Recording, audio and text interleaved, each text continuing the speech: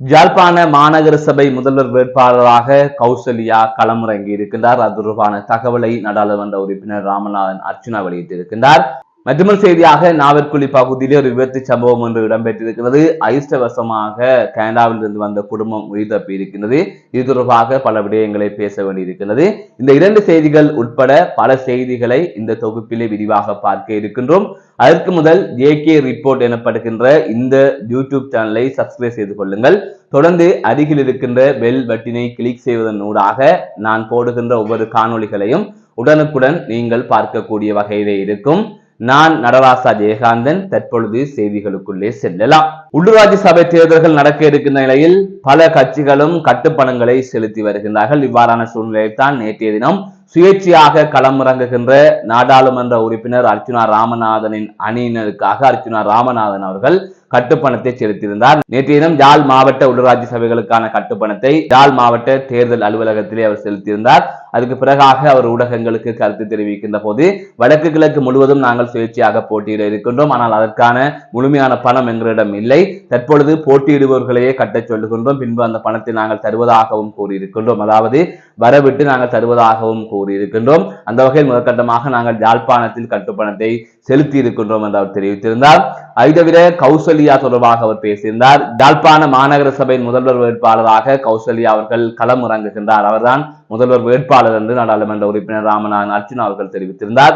ஆகவே பொறுத்திருந்தான் பார்க்க வேண்டும் இந்த கௌசல்யாவிற்கு வாய்ப்பு எப்படி இருக்கிறது என்று. காரணம், யாழ் மாநகர சபை என்பது ஒரு முக்கியமான ஒரு சபை. அந்த சபையை கைப்பற்றுவது என்பது நீண்ட காலமாக இங்கு இயங்குகின்ற பல கட்சிகளின் கனவாக இருக்கின்றது.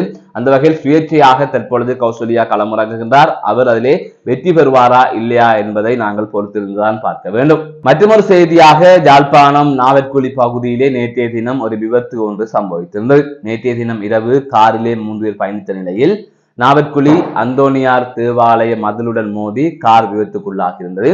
அந்த விபத்து தொடர்பான காட்சிகளை பார்க்கின்ற போது உண்மையிலே அதிர்ஷ்டவசமாக கடவுளின் அருளால் அவர்கள் எந்த காயங்களும் இல்லாமல் தப்பித்து விட்டார்கள் என்றுதான் என்ன தோன்றுகின்றது. அது தொடர்பாகத்தான் பலரும் கருத்துக்களை தெரிவித்து வருகின்றார்கள். அந்த காரிலே 3 பேர் பயணித்திருந்தார்கள். அதாவது கனடாவிலிருந்து வருகை தந்த பெண், அவரது கணவர் மற்றும் 5 வயது பிள்ளை என்று 3 பேர் பயணித்திருந்தார்கள். யாழ்ப்பாணத்தைச் சேர்ந்த பெண் தான் கனடாவுக்கு சென்று அங்கு கனடா நாட்டைச் சேர்ந்த ஒருவரை திருமணம் செய்ததாக கூறப்படுகிறது. அதாவது வெள்ளைக்காரர் ஒருவரை திருமணம் செய்ததாக கூறப்படுகிறது. அவர்களுக்கு 5 வயது குழந்தையும் இருக்கின்றது. அவர்கள் இவ்வாறு இங்கு வந்த நேரத்தில் தான் இந்த விபத்து இடம்பெற்றிருக்கின்றது. தூக்க கலக்கம் காரணமாக, அதாவது அந்த பெண்ணின் கணவர் தான், புலம்பெயர் தமிழ் பெண்ணின் கணவர் தான் காரை செலுத்தி இருக்கின்றார். தூக்கம் இன்மையால் அந்த விபத்து ஏற்பட்டதாக தெரிவிக்கப்பட்டிருக்கிறது. அந்த விபத்து என்பது மிகவும் ஒரு கோர விபத்து, ஆனால் அதிர்ஷ்டவசமாக அனைவருமே உயிர் தப்பியிருக்கிறார்கள். எனவே இது தொடர்பாக கவனமாக வாகனத்தை செலுத்துங்கள். ஒவ்வொரு உயிரும் இங்கு முக்கியமானது. அதனை தாண்டி தூக்கம் வந்தால் தூங்குங்கள். அவசரப்பட்டு வெளிநாட்டிலிருந்து வந்துவிட்டோம், 30 நாட்கள் தான் விடுமுறை இருக்கின்றது, 20 நாட்கள் தான் விடுமுறை இருக்கின்றது, அவசரமாக அனைத்து இடங்களுக்கும் போக வேண்டும் என்று ஓய்வின்றி இவ்வாறு திரிந்து நாளை ஏதாவது ஒரு ஆபத்து ஏற்பட்டால் அது உங்களை காலம் முழுவதும் பாதிக்கும். ஆகையால் அது தொடர்பாக சிந்தித்து நிதானமாக ஓய்வெடுத்து உங்கள் பயணங்களை திட்டமிட்டு மேற்கொள்ளுங்கள். மற்றொரு செய்தியாக திருகோணமலையில் திடுக்கிடும் சம்பவம் ஒன்று பதிவாகி இருக்கின்றது. நேற்றைய தினம் மதியம் வேளை திருகோணமலை சங்கமித்தா கடற்கரை பகுதிக்கு அருகிலே மான்களை பார்வையிடுகின்ற இடத்தில் தம்பதியினர் மான்களை பார்வையிட்டுக் கொண்டிருக்கின்றார்கள். அந்த சந்தர்ப்பத்தில் 3 பேர் அடங்கிய கும்பல் ஒன்று காரிலே அந்த பகுதிக்கு சென்று அந்த தம்பதியினரை மிரட்டி அந்த தம்பதியினர் பயணித்த அந்த காரையும் நகைகள் மற்றும் பணம் என்பவற்றை கொள்ளையிட்டு சென்றதாக கூறப்படுகின்றது. இந்த சம்பவம் நடந்ததன் பின்னர் அந்த தம்பதியினர் உடனடியாக போலீசாருக்கு தகவல் வழங்கியிருந்தார்கள். குறித்த அந்த தம்பதியினரின் முறைப்பாட்டிற்கு அமைய போலீசார் உடனடியாக விரைந்து நடவடிக்கை எடுத்த நிலையில் கிண்ணியா பாலத்திற்கு அருகிலே 2 பேர் கைது செய்யப்பட்டிருந்தார்கள். இவ்வாறு கைது செய்யப்பட்டவர்களிடமிருந்து 2 கார்கள் மீட்கப்பட்டதாக போலீசார் தெரிவித்திருக்கிறார்கள். ஒரு கார் அவர்கள் பயணித்த கார், மற்றொரு கார் அந்த தம்பதியினரிடமிருந்து கொள்ளையிடப்பட்ட கார். அதன் தொடர்ச்சியாக ஒரு கையடக்க தொலைபேசியும் மீட்கப்பட்டிருந்தது. அதன் தொடர்ச்சியாக இந்த சம்பவத்தில் ஈடுபட்ட 3வது நபர் தப்பிச் சென்றதாகவும் அவரை கைது செய்வதற்கான நடவடிக்கைகள் முன்னெடுக்கப்பட்டு வருவதாகவும் கூறப்படுகின்றது. கைது செய்யப்பட்டவர்கள் விசாரணைக்கு உட்படுத்தப்பட்டிருக்கிறார்கள். அதன் தொடர்ச்சியாக அவர்கள் நீதிமன்றத்திலே முன்னிலைப்படுத்தப்படுவார்கள் என்றும் கூறப்படுகின்றது. தற்பொழுது இலங்கையில் குறிப்பாக வடக்கு கிழக்கு பகுதியில் அதிகளவான வன்முறை சம்பவங்கள், கொள்ளை சம்பவங்கள் தொடர்ந்து பதிவாகி கொண்டே இருக்கின்றது. அந்த வகையில் பட்டப்பகலில் இவ்வாறு ஒரு கொள்ளை சம்பவம் திருகோணமலையில் இடம்பெற்றிருக்கின்றது. இது தவிர இந்த சந்தர்ப்பத்தில் மேலும் 2 சம்பவங்களை கூறியாக வேண்டும். அண்மையில் அதாவது கடந்த வாரம் அளவிலே 2 செய்திகள் வெளிவந்திருந்தது. ஒன்று, யாழ்ப்பாணத்திலிருந்து மோட்டார் சைக்கிளில் சென்று 2 இளைஞர்கள் பூநகரி பரந்தன் வீதிக்கு இடையிலே ஒரு வர்த்தகரிடமிருந்து பணத்தை பறித்துக் கொண்டு சென்றார்கள். அந்த வர்த்தகர் வீதியால் பயணித்துக் கொண்டிருந்த வேளை அந்த வர்த்தகரிடமிருந்து பணத்தை பறித்துக் கொண்டு சென்றார்கள்.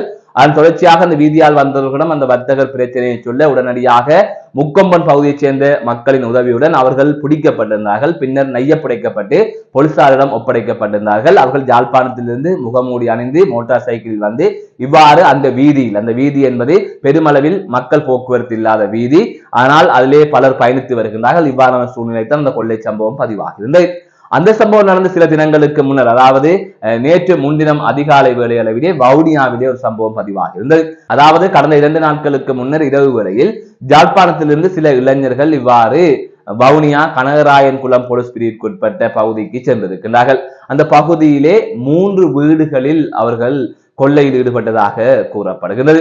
குறிசுட்ட குளம் எனப்படுகின்ற பகுதியில் தான் அந்த சம்பவம் பதிவாக இருந்தது. இவ்வாறு 3 வீடுகளுக்குள் நுழைந்து நகை மற்றும் கையடக்க தொலைபேசிகளை இவர்கள் கொள்ளையிட்டதாக கூறப்பட்டது. அதன் பின்னராக நேற்று முன்தினம் அதிகாலை வேளை மக்கள் மற்றும் இளைஞர்கள் ஒன்றிணைந்து ஒரு இளைஞனை பிடித்திருந்தார்கள். மற்றவர்கள் அனைவருமே தப்பி ஓடினார்கள். பிடிக்கப்பட்ட இளைஞனை நையப்புடைத்து கனகராயன் குளம் போலீசாரிடம் அவர்கள் ஒப்படைத்ததாக செய்திகள் வெளியாகியிருந்தது.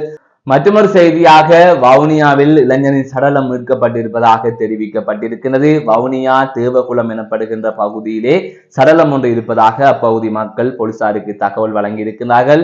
அதன் தொடர்ச்சியாக புளியங்குளம் போலீசார் சம்பவ இடத்திற்கு சென்றிருக்கிறார்கள். அப்போது இளைஞரின் சடலம் ஒன்று அங்கு இருப்பதை அவர்கள் அவதானித்திருக்கிறார்கள். அந்த இளைஞரின் சடலத்திற்கு அருகிலே ஒரு புத்தக பை, தலைக்கவசம் மற்றும் பாதணி இருந்ததாக கூறப்படுகின்றது. அதை தவிர அந்த சடலம் இருந்த இடத்திற்கு அருகில் இருக்கின்ற வீதியிலே மோட்டார் சைக்கிள் ஒன்று நிறுத்தி வைக்கப்பட்டிருந்ததாக கூறப்படுகின்றது. அதன் தொடர்ச்சியாக போலீசார் அந்த சடலத்தை மீட்டு பிரேத பரிசோதனைக்காக அனுப்பி வைத்திருந்தார்கள். இவ்வாறு சடலமாக மீட்கப்பட்ட அந்த இளைஞன் மரவன்குளம் பகுதியைச் சேர்ந்த 23 வயதுடைய கருணா எனப்படுகின்ற இளைஞன் என்று தெரிய வருகின்றது. இது தொடர்பான மேலதிகமான விசாரணைகளை புளியங்குளம் போலீசார் மேற்கொண்டு வருவதாகவும் தற்பொழுது செய்திகள் வெளியாகி இருக்கின்றது.